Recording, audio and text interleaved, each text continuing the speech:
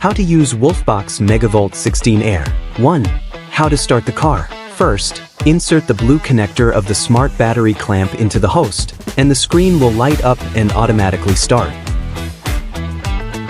Then correctly connect the battery clamp to the positive and negative poles of the car battery, red clamp to the positive pole, plus, of the battery, black clamp to the negative pole of the battery.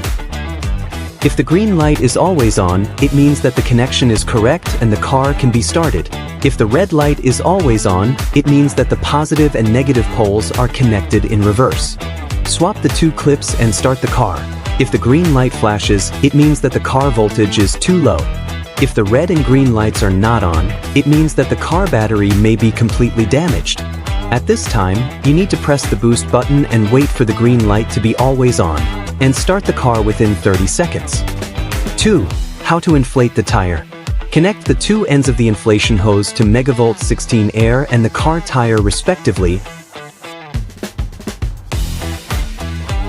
Press and hold the button to start the machine. The first row of numbers is the real-time tire pressure, and the second row of numbers is the preset tire pressure. Then press the button to inflate, and it will stop automatically when the tire pressure reaches the preset value.